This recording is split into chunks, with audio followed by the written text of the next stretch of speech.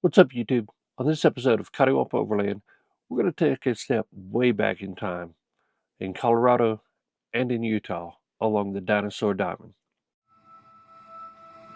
We don't need a destination, let's go where the river's taking us. There's a 500-mile route in northeastern Utah and northwestern Colorado that takes you way back in time. And our first stop is going to be the Dinosaur National Monument. 150 million years ago, a lush ecosystem thrived during the late Jurassic period along a meandering river. A severe drought killed many of the animals, and subsequent flood washed hundreds of carcasses together along a sandbar grave. And that is what you'll find here at the Dinosaur National Monument. Established in 1915 after the discovery of the bones in 1909. This monument's over 210,000 acres, and it protects not only the fossil beds, but also the striking canyons of Green and Yampa rivers. They have an incredible enclosed display where the discoveries of the fossils were found. And you can actually walk up to the wall that they excavated a lot of them from, and there's hundreds of them that are still here today.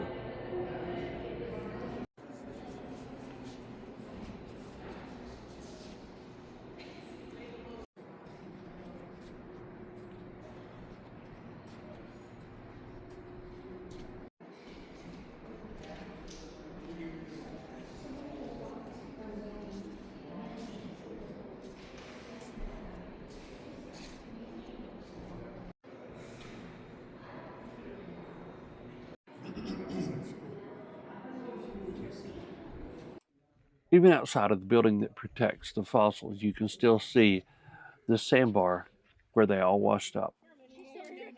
While there are an undetermined amount of fossils still in these rocks, the building protects the highest concentration that they've found so far.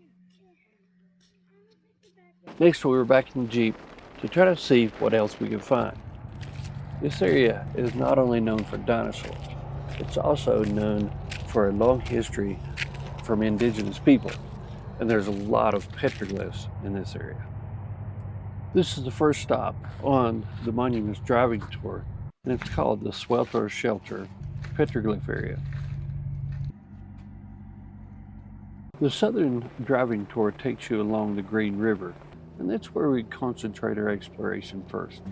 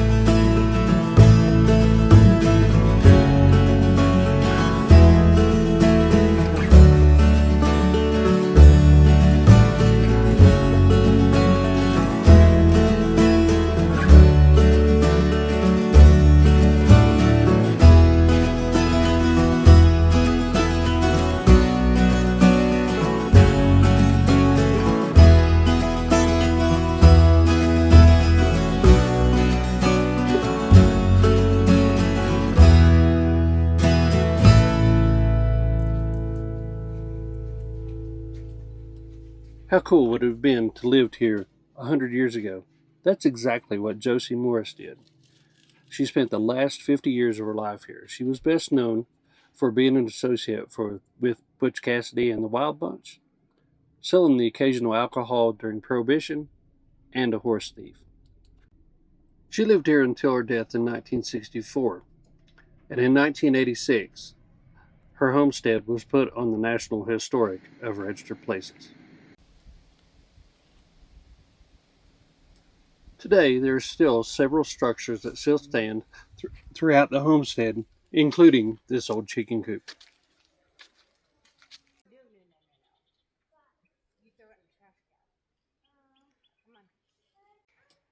From here, our travels took us north and east into the Yampa River Canyon.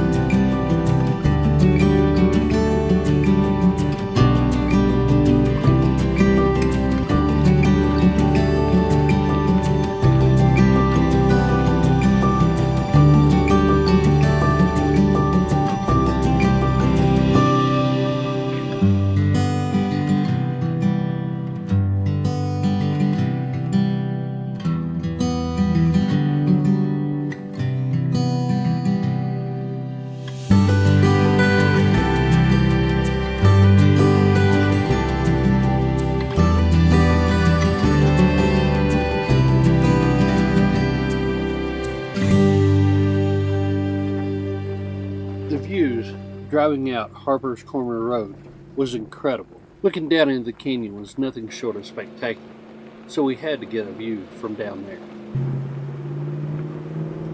Now, we've been in some beautiful canyons, slot canyons in several different states, even the Grand Canyon, and I've got to tell you, the drive down into this one was by far the most incredible one that we've ever driven down into.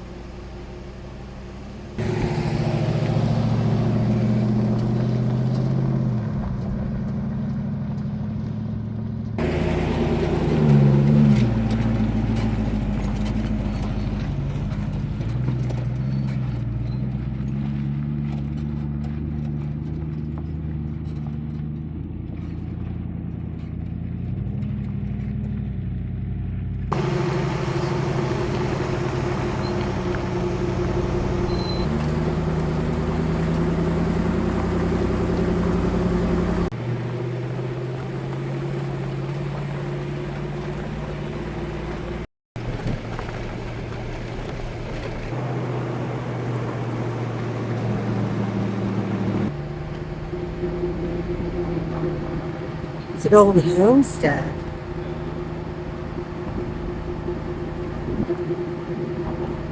They're on your side too.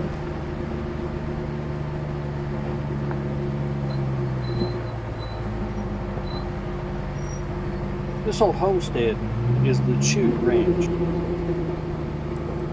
Jack and his wife settled this country in the 1880s. They came here by wagon and lived in a small dugout, one-room cabin until they built a formal cabin around 1911.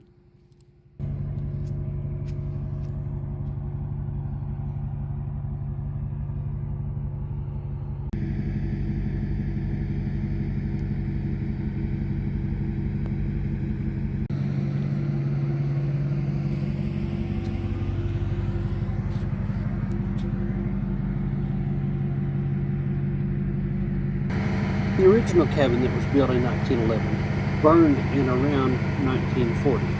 and then it was replaced by the cabin that stands here today. In addition to that cabin, there's several other structures that are in and around the homestead. The Chu family lived here for a couple of different generations until they finally sold all the property out to the federal government for the national monument in the early 70s.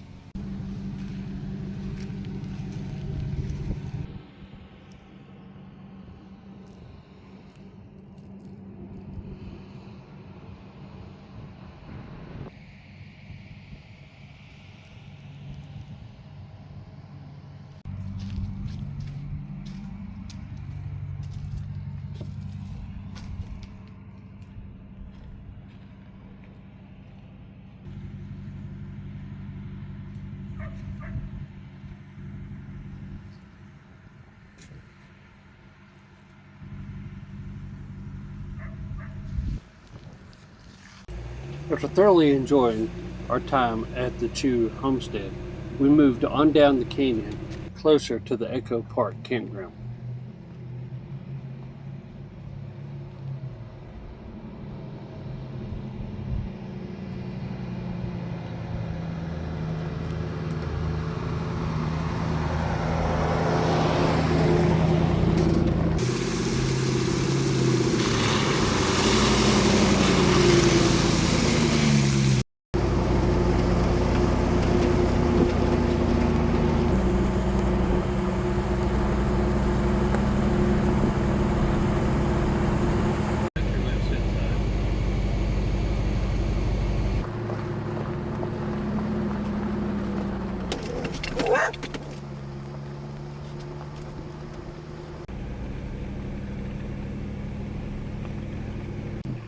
As beautiful as this canyon was, the camping was not what we were looking for at the bottom.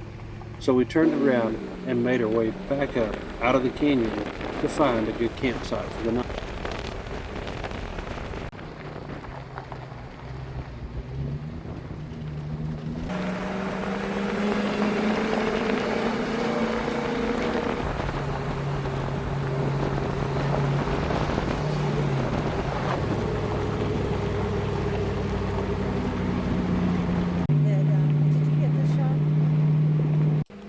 We made it back up onto the top well before dark and found a really good campsite overlooking the valley.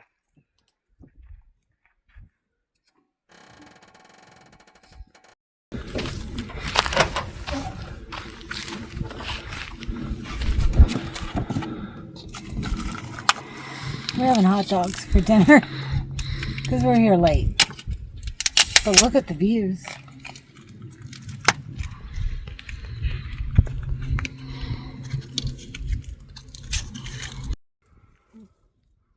That was right. That was probably the best view for a hot dog dinner that I've ever had.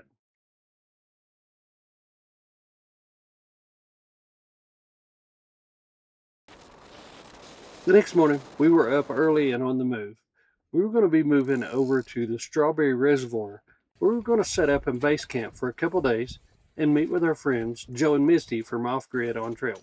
As soon as we got to the reservoir, we seen people all around us catching fish. And it wasn't just people catching fish. Did you know there are pelicans in Utah? Pelicans weren't the only thing flying. There were a lot of firefighting aircraft flying all around with the amount of fires that were in the area. Yeah, those black and white stripes. It's like, what is it? Do we need to get it? It's not a drone estimate. I don't see the. What a relaxing day and an evening. Sometimes it's really nice just to slow down and take it all in.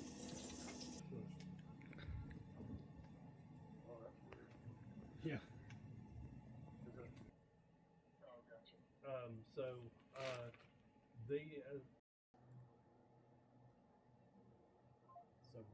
After dark, there were some people that came by and they were picking up crawdads out of the lake, one right after another, buckets full, and we couldn't figure out how they were doing it. They stayed around for about an hour, Fires and out then when they you left. leave them at camps. It's super windy tonight. We've had a lot of fires everywhere, and they just got up and left their fires like this. This one.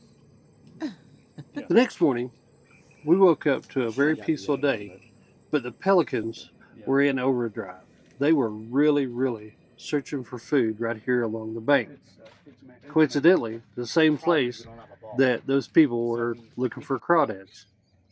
And that's when we figured out how they were catching all the crawdads. It's down by that rock.